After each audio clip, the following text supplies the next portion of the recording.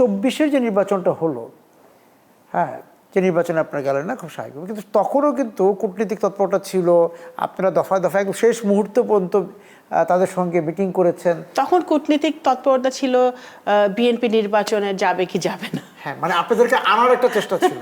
BNP নির্বাচন না আনার একটা চেষ্টা আমি বলবো না, না, ওই তারা যে- তারা জানতে চেত যে বিএনপি কেন নির্বাচনে যাবে না, বা হ্যাঁ সেটা জানতে চেতেই পারে, কারণ সবাই সবসময় একটা কথা হচ্ছে free, fair and participatory election.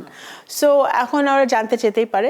সেই ওই সময়টা ছিল যে হ্যাঁ, তখনও আমি দেখুন, আমি আমার জায়গা থেকে আমার দায়িত্ব হিসেবে সব দেশের সাথে যখন ওনারা এসছেন আমাদের না, তাদের সাথে আপনারা কথা বলেছেন এবং তারা মানে তারা কি শুধুমাত্র বিএনপির অবস্থাটা জানতে চাচ্ছিল যে বিএনপি ভোটে যাচ্ছে না, কেন যেতে চাচ্ছি না আমরা, কেন তাদের পরিবেশটা দিক থেকে তো বলা হয় না যে তুমি যাও। না, no, it is not their place. মানে ওই যে আমি এটা আনুষ্ঠানিকভাবে না বললেও ইশারায়, না, ইশারা বলার কোনো স্কোপ নাই ডিপ্লোমেসিতে, বা যে কোনো একটা কোনো রাষ্ট্রের বা কোনো দলের উপর খবরদারি করার চাপ দেওয়ার কোনো সুযোগ নাই। এবং বিএনপি ওরকম দলও না, যে কোনো বৈশ্বিক চাপে বা কোনো কিছুতে তারা। আমি আবার 5ই আগস্টে আসে, তারপর যে আমাদের অন্তর্বর্তীকালীন সরকার আসলেন, তারা কাজ করে, আপনার জুলাই সনদ, নানা কিছুতে হলো, তাদের এই যে একদম এই সময়টাকে যদি আপনি একটু আপনি যে রিপোর্ট কার্ড তৈরি করেন এই অন্তর্বর্তীকালীন সরকারের,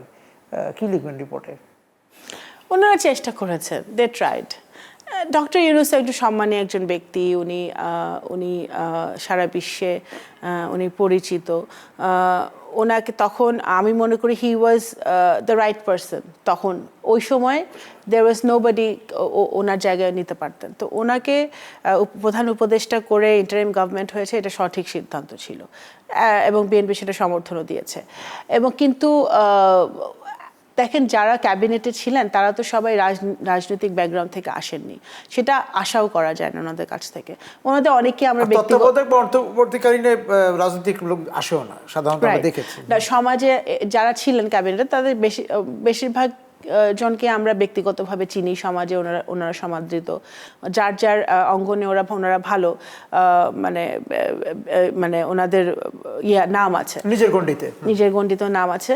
কিন্তু এত কমপ্লেক্স সিচুয়েশন, এই 17 বছর পরে আপনি যাকেই দায়িত্ব দেন, it's not an easy job.